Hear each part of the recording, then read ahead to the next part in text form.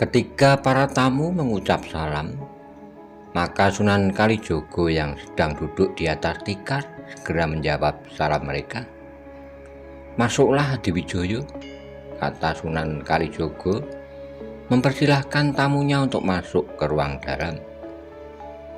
Mereka berlima kemudian bergantian mencium tangan Sunan Kalijogo. Lalu mereka duduk di tikar di hadapan Kanjeng Sunan Kalijogo. "Kau selamat, Hadiwijoyo," kata Sunan Kalijogo. "Atas doa restu Kanjeng Sunan, kami berlima dalam keadaan sehat," kata Hadiwijoyo. "Selain Pemanahan dan Penjawi, siapakah yang kau ajak kemari, Hadiwijoyo?" tanya Kanjeng Sunan Kalijogo. "Ya Kanjeng Sunan, ini adalah Sutowijoyo, anak Kakang Pemanahan yang sudah saya jadikan anak angkat. Lalu ini adalah Kakang Jurumertani, pengasuh Sutowijoyo sejak masih kecil," jawab Hadiwijoyo. "Jadi Sutowijoyo adalah cicit dari Ki Ageng Selo?" tanya Sunan Kalijogo. "Betul Kanjeng Sunan," kata Pemanahan.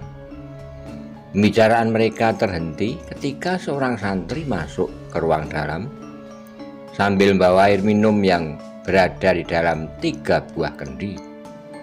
"Silahkan diminum airnya, Hadiwijoyo."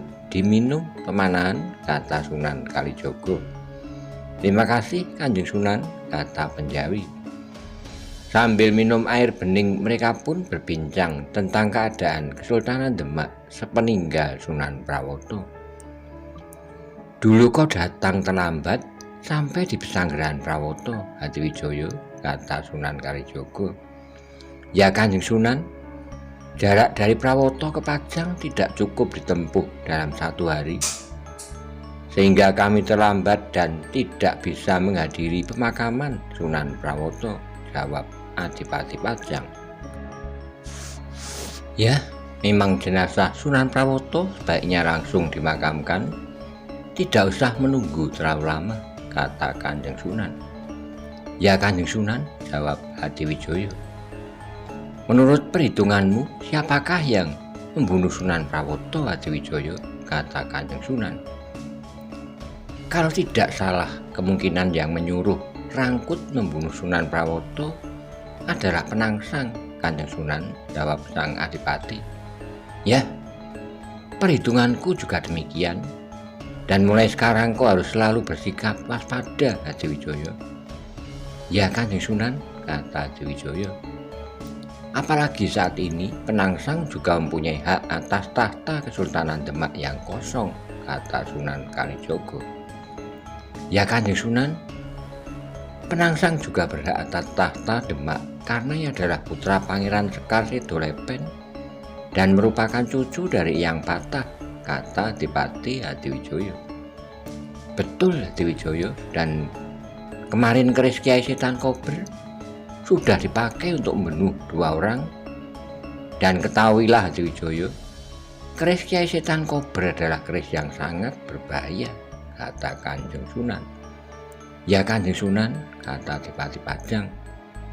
"Selama keris itu berada di tangan Arya Penangsang, maka semua orang yang mempunyai hak atas tahta Kesultanan Demak berada dalam bahaya," kata Sunan Kalijogo. "Kau harus tetap waspada, Hadiwijoyo, dan kau harus mempunyai sebuah rangkapan pusaka, sebuah keris yang bisa menandingi keampuhan keris Kiai Setan Kober," kata Kanjeng Sunan. "Kau tunggu di sini sebentar," kata Sunan Kalijogo. Lalu Kanjeng Sunan berdiri dan berjalan masuk ke kamarnya. Saat kemudian Sunan Kalijogo keluar dari kamar sambil membawa sebuah keris. Lalu keris itu pun diletakkan di atas sebuah meja kecil. Setelah duduk kembali di atas tikar, Kanjeng Sunan Kalijogo kemudian berkata, "Kau harus punya rangkapan, Hadiwijoyo. Ini adalah keris milikku, Kiai Carubuk, yang mampu menandingi keampuhan keris Kiai Setan Kober." Adipati Hadiwijoyo melihat ke arah meja kecil yang di atasnya terdapat sebuah keris pusaka Kadilangu Kiai Carubuk yang berwarongko Gayaman, milik Sunan Kalijogo yang kekuatannya seimbang dengan keris Kyai Setan Kober. Keris pusaka Kyai Carubuk, kata Adipati Hadiwijoyo. Ya, ini adalah pusaka Kadilangu, kata Sunan Kalijogo. Adipati Hadiwijoyo tidak berkata apapun. Ia hanya memandang kagum pada pusaka Kadilangu yang baru kali ini dilihatnya. Hadiwijoyo, keris apa yang kau bawa sekarang? Tanya Sunan Kalijogo. Saya bawa keris Kyai Nogo Siluman, pusaka dari Pengging Witoradjo, warisan dari Eyang Adipati Doyoningrat, yang sekarang telah menjadi pusaka sifat kandil Kadipaten Pajang. Kanjeng Sunan, jawab Adipati Hadiwijoyo. Sunan Kalijogo mengangguk-anggukkan kepalanya. Lalu ia pun berkata, Hadiwijoyo, kerismu Kyai Nogo Siluman sebaiknya kau simpan dulu. Mulai hari ini kau pakai keris Kyai Carubuk. Karena keadaan semakin tidak menentu, setiap saat bisa terjadi benturan antara Jipang dengan Kalinyamat atau dengan para pengikutmu. Terima kasih Kanjeng Sunan, kata Adipati Hadiwijoyo. Nah, kau lepas dulu kerismu Kyai Nogo Siluman, kata gurunya. Adipati Hadiwijoyo kemudian melepas keris Kyai Nogo Siluman yang selalu dipakainya. Lalu keris itu pun diberikan kepada Pemanahan. Kakang Pemanahan, kau bawa dulu keris Kyai Nogo Siluman ini, kata sang Adipati. Pemanahan pun mengulurkan tangannya, lalu ia pun menerima keris sifat kandil Kadipaten Pajang Kyai Nogo Siluman. Sunan Kalijogo kemudian mengambil keris Kyai Carubuk yang berada di atas meja, lalu diberikan kepada Adipati Hadiwijoyo sambil berkata, Hadiwijoyo, sekarang aku berikan keris pusaka Kyai Carubuk ini kepadamu. Kau pakai keris pusaka ini untuk berjaga-jaga. Kalau suatu saat kau berhadapan dengan Arya Penangsang yang selalu membawa keris Kyai Setan Kober. Terima kasih Kanjeng Sunan, kata Adipati Hadiwijoyo, yang menerima keris Kyai Carubuk, lalu keris itu pun diselipkan di tubuhnya. Kalau tidak terpaksa sekali, kau tidak perlu menghunus keris Kyai Carubuk dari warongkonya Hadiwijoyo, kata Kanjeng Sunan. Ya, Kanjeng Sunan, kata Adipati Pajang. Setelah Sunan Prawoto dan Prameswari terbunuh oleh Rangkut, sekarang aku telah menentukan sikap terhadap para calon Sultan Demak. Selanjutnya, kata Sunan Kalijogo, meskipun tidak ada pengakuan dari Jipang kalau yang menyuruh Rangkut adalah Penangsang, tetapi dengan diketemukannya Rangkut mati terbunuh dan di tangannya masih tergenggam keris Kyai Setan Kober milik Guru Penangsang, maka mau tidak mau semua tuduhan tertuju ke Arya Penangsang, lanjut Sunan Kalijogo. Meskipun Arya Penangsang juga mempunyai hak atas tahta Kesultanan Demak, dan dia adalah keturunan laki-laki cucu dari Sultan Patah, tetapi aku kurang setuju kalau Penangsang menjadi Sultan Demak selanjutnya, kata Kanjeng Sunan selanjutnya. Apa jadinya kalau Kesultanan Demak nanti dipimpin oleh seorang sultan yang pemarah, jauh dari rasa sabar, serta mengutamakan kekuatan kanuragan untuk mencapai semua tujuannya, lanjut Sunan Kalijogo. Saat ini, selain Penangsang dan Panasur yang masih anak-anak, hingga kau dan Pangeran Hadiri yang mempunyai hak atas tahta Kesultanan Demak, mungkin kau dan Pangeran Hadiri hanya sebatas menantu dari Sultan Tenggun, kata Kanjeng Sunan. Hadiwijoyo, ikhlaslah mengapa keris pusaka Kadilangu jadi aku berikan kepadamu, kata Sunan Kalijogo setelahnya. Terima kasih Kanjeng Sunan atas perhatianmu. Kau akan menginap di Kadilangu, Hadiwijoyo, tanya gurunya. Tidak Kanjeng Sunan, nanti sholat asar kami akan kembali ke keraton, karena besok pagi kami akan pulang Pajang, kata Pati. Ya, pagi ini tetap bergantian ngaji, meskipun hanya sebentar, lainnya bisa istirahat di kamar belakang, lanjut Sunan Kalijogo. 5 orang dari pajang itu pun kemudian bergantian mengaji. Dan ketika matahari telah sampai di puncak langit, terdengar suara kentongan yang menandakan bahwa sudah masuk waktu duhur, waktu sholat duhur berjamaah di pesantren Kadilangu. Sementara itu Pangeran Hadiri dan Ratu Kalinyamat yang menuju Kudus dan dikawal oleh Ki Waseso serta 20 orang pengawal pesanggrahan Kalinyamat telah menyeberangi Sungai Serang di daerah Tanggulangin. Setelah itu kuda mereka pun berlari menuju Panti Kudus. Debu pun mengepul di belakang kaki kuda di siang yang panas terik itu. Beberapa ratus langkah sebelum sampai di Panti Kudus, Pangeran Hadiri menghentikan laju rombongannya lalu manggil pemimpin pengawalnya maju ke depan. Ki Waseso, sebaiknya hanya 5 orang pengawal saja yang ikut ke Panti Kudus. Sedangkan pengawal lainnya menunggu di sini, kata Pangeran Hadiri. Baik Pangeran, jawab Ki Waseso. Ki Waseso kemudian merintahkan 5 orang pengawal untuk ikut mengawal Pangeran Hadiri ke Panti Kudus. Sarju, kau ikut aku ke Panti Kudus bersama 3 orang lain. Sisanya tunggu di sini sampai aku kembali, kata Ki Waseso. Baik Ki, jawab Sarju. Saat kemudian Pangeran Hadiri yang membawa bungkusan berisi keris Kyai Setan Kober bersama 6 orang lainnya telah melaju menuju Panti Kudus. Saat itu di ruang dalam Panti Kudus, Aryo Penangsang dan pemimpin prajurit Jipang, Anderpati, sedang menghadap Sunan Kudus untuk berpamitan akan pulang ke Jipang.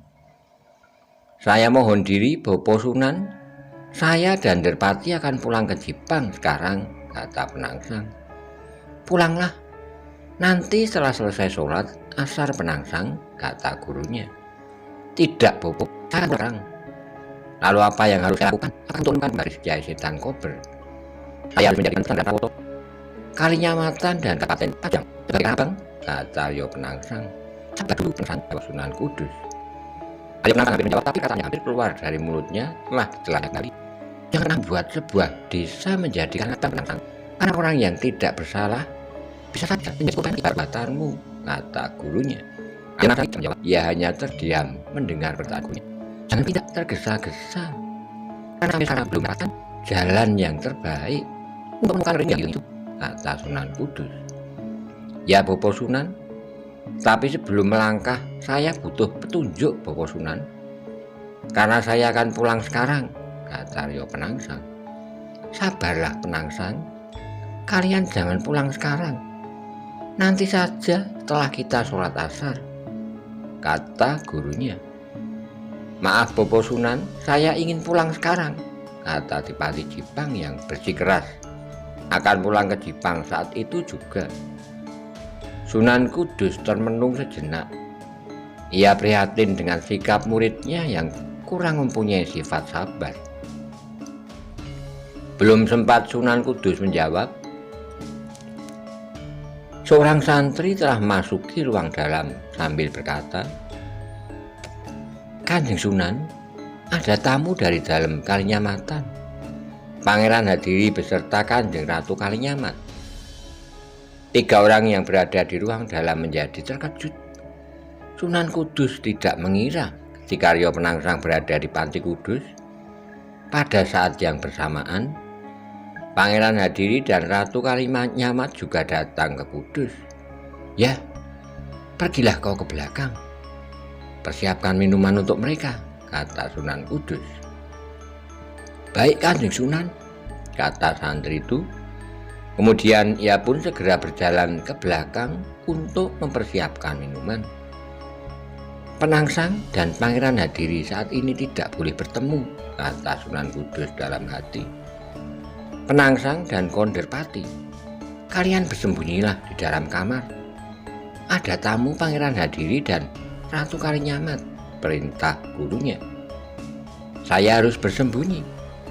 Tidak Bopo Sunan, saya akan tetap berada di sini. Nanti semua orang akan mengira Kalau ternyata Arya Penangsang takut pada orang-orang Kalinyamatan, kata Penangsang keras. Cepat Penangsang, masuklah ke kamarmu. Sebelum mereka masuk ke ruang dalam, jangan membantah. Kau harus mematuhi semua perintah gurumu, kata Sunan Kudus dengan tegas. Arya Penangsang yang merasa tidak sependapat dengan perkataan Sunan Kudus masih duduk berdiam hingga gurunya berkata keras, cepat Penangsang, masuk kamarmu bersama Anjerpati sekarang. Arya Penangsang dan Anjerpati kemudian bangkit berdiri. Lalu mereka berdua dengan cepat masuk ke dalam kamarnya. Tutup pintu kamarmu. Sebelum aku panggil, kalian berdua jangan keluar dari kamar, kata gurunya tegas. Penangsang kemudian menutup pintu kamarnya. Lalu pintu itu pun diselarak dengan palang pintu. Setelah Arya Penangsang menutup pintu kamarnya, Sunan Kudus pun menghela napas panjang. Ia merasa betapa sulit mengendalikan kemauan dan keinginan yang meledak-ledak dari murid sekaligus kemenakannya itu. Di depan regol Panti Kudus, Pangeran Hadiri beserta Ratu Kalinyamat turun dari kudanya, diikuti oleh pengawalnya Ki Wasiso dan 4 orang lainnya. Berapa orang santri akan meminta tali kendali kudanya, tapi Pangeran Hadiri berkata, terima kasih, biarlah kuda-kuda ini berada di sini. Kami hanya sebentar. Kanjeng Sunan berada di tempat. Ada pangeran, Kanjeng Sunan berada di ruang dalam, kata santri itu. Ki Wasiso, kau tunggu di depan pendopo. Bersiagalah kalau kau kupanggil. Kau harus cepat masuk ke dalam bersama para pengawal yang lain, kata Pangeran Hadiri. Baik pangeran, kata Ki Wasiso. Pangeran Hadiri yang membawa sebuah bungkusan segera berjalan ke pendopo Panti Kudus diikuti oleh istrinya Ratu Kalinyamat. Di ruang dalam, Sunan Kudus telah bersiap menunggu kedatangan kedua orang penguasa dalam Kalinyamatan. Beberapa saat kemudian terdengar ucapan salam dari Pangeran Hadiri yang akan masuki pendopo. Kemudian Sunan Kudus pun bangkit berdiri sambil menjawab salamnya. Sunan Kudus berjalan ke arah pintu ruang dalam sambil mempersilahkan mereka masuk ke ruang dalam. Silahkan masuk Pangeran dan Ratu Kalinyamat. Silahkan duduk di dalam, kata Sunan Kudus. Terima kasih Kanjeng Sunan, kata Pangeran Hadiri. Kemudian Pangeran Hadiri mendekati Sunan Kudus, mencium tangan Sunan Kudus yang merupakan salah satu dari Wali Songo. Kalian berdua selamat Pangeran, kata Sunan Kudus. Atas doa restu Kanjeng Sunan, kami semuanya selamat, kata Pangeran Kalinyamat. Di dalam kamar, Arya Penangsang dan Anjerpati mencoba mencari lubang kecil di antara sambungan dinding kayu di kamarnya. Setelah mendapat celah yang kecil, mereka kemudian mengintip ke ruang dalam. Dilihatnya Sunan Kudus duduk di hadapan oleh Pangeran Hadiri dan Ratu Kalinyamat. Itu yang laki-laki namanya Pangeran Hadiri, atau sering disebut juga Pangeran Kalinyamat, penguasa dalam Kalinyamatan yang letaknya tidak jauh dari Bandar Jepara. Sedangkan yang perempuan adalah istrinya Ratu Kalinyamat, putri dari Sultan Trenggono. Bisik Penangsang hampir tidak kedengaran. Wajah Pangeran Hadiri seperti bukan wajah orang Jawa, Kanjeng Adipati, bisik Anjerpati. Ya, nenek moyangnya berasal dari sebuah negeri yang jauh sekali, harus menyeberangi lautan air. Setelah itu juga harus menyeberangi lautan pasir yang sangat luas, bisik Penangsang. Anjerpati menganggukkan kepalanya. Selama ini yang ia ketahui hanya lautan air. Tidak terbayang di dalam pikirannya kalau di tempat yang sangat jauh ada sebuah negeri yang punya lautan pasir yang luas sekali. Lautan pasir itu mungkin terasa sangat panas di waktu siang hari, kata Anjerpati dalam hati. Mereka pasti bawa banyak pengawal yang menunggu di depan pendopo, bisik Arya Penangsang. Untung para pengawal Pangeran Hadiri tidak menuju ke halaman belakang Kanjeng Adipati. Kalau mereka ke sana, pasti mereka akan melihat Gagak Rimang yang berada di halaman belakang, bisik Antarpati. Arya Penangsang hanya menganggukkan kepalanya, kemudian ia pun kembali mengintip dari celah-celah dinding, mengamati apa yang akan terjadi di ruang dalam. Pangeran berangkat ke sini dengan para pengawal, tanya Sunan Kudus. Ya, mereka sekarang berada di depan pendopo Kanjeng Sunan, kata Pangeran Hadiri. Tadi berangkat dari dalam Kalinyamatan Pangeran, kata Sunan Kudus.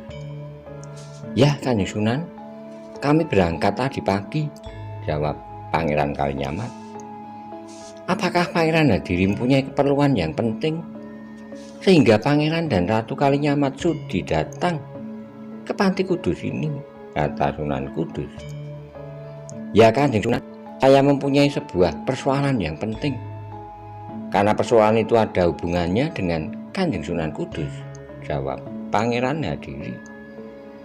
Pembicaraan mereka terhenti ketika seorang santri masuk ke dalam ruangan sambil membawa 2 buah kendi berisi air jernih dan beberapa mangkok kecil dari gerabah. Silakan diminum dulu Pangeran, kata Sunan Kudus. Kemudian mereka pun minum air beberapa teguk. Setelah itu pembicaraan antara penguasa Kalinyamatan dan Sunan Kudus pun kembali dilanjutkan. Apa yang bisa aku bantu Pangeran, kata Sunan Kudus. Saya membawa sebuah keris Kanjeng Sunan, kata Pangeran Hadiri sambil membuka bungkusan yang dibawanya, lalu mengeluarkan sebuah keris pusaka yang telah disimpannya beberapa hari di dalam Kalinyamatan, keris Kiai Setan Kober. Di dalam kamar, Arya Penangsang yang sedang mengintip ke ruang dalam bergetar hatinya ketika melihat keris yang dibawa oleh Pangeran Hadiri. Ternyata kerisku berada di tangan Kakang Mas Hadiri, kata Penangsang dalam hati. Ingin ia segera membuka pintu lalu melompat mengambil kerisnya. Tapi ia teringat larangan gurunya untuk tidak membuka pintu kamar sebelum namanya dipanggil oleh Sunan Kudus. Keris yang dibawa oleh Pangeran Hadiri kemudian diserahkan kepada Sunan Kudus, yang menerima keris itu dengan kedua tangannya. Apakah Kanjeng Sunan Kudus mengenal keris itu? Tanya Pangeran Hadiri. Sunan Kudus tidak menjawab, tapi tangannya memegang ukiran keris, lalu menarik bilah keris itu dari warongkonya. Kemudian dilihat dan diperhatikannya bilah keris itu secara cermat. Keris ini masih utuh, semuanya sudah bersih. Tidak ada noda darah yang tertinggal di bilahnya, katanya dalam hati. Bilah keris itu kemudian dimasukkan kembali ke dalam warongkonya, lalu keris itu pun diletakkan di atas meja kecil. Ya, aku mengenalnya. Ini adalah keris Kiai Setan Kober, kata Sunan Kudus. Betul Kanjeng Sunan, keris itu sewaktu ditemukan di kamar Sunan Prawoto masih dalam keadaan berlumur darah, kata Pangeran Hadiri. Sunan Kudus terdiam sejenak, kemudian dengan tenang ia pun berkata, kalau begitu Pangeran Hadiri menuduh aku sebagai pembunuh Sunan Prawoto. Bukan begitu Kanjeng Sunan. Saya percaya bahwa Kanjeng Sunan tidak terlibat secara langsung dalam peristiwa pembunuhan di Pesanggerahan Prawoto, kata Pangeran Hadiri. Sunan Kudus menganggukkan kepalanya. Ia masih menunggu kalimat selanjutnya dari Pangeran Hadiri. Ketika diketemukan, keris itu masih berlumur darah dan masih dalam genggaman telapak tangan Rangkut, prajurit Jipang yang juga telah mati. Sedangkan di dekatnya tergeletak jenazah Sunan Prawoto dan Prameswari, kata Pangeran Hadiri. Ya, Lalu menurut pangeran, siapakah yang bersalah dalam pembunuhan ini? Tanya Sunan Kudus. Rangkut adalah prajurit Jipang, sedangkan keris Setan Kober adalah milik Kanjeng Sunan Kudus, Guru Arya Penangsang. Maka sudah jelas, Arya Penangsanglah yang harus bertanggung jawab atas meninggalnya dua orang itu, Kanjeng Sunan, kata Pangeran Hadiri. Mendengar perkataan itu, Arya Penangsang yang berada di dalam kamar menjadi marah. Tapi ia masih teringat perintah gurunya untuk tetap berada di dalam kamar.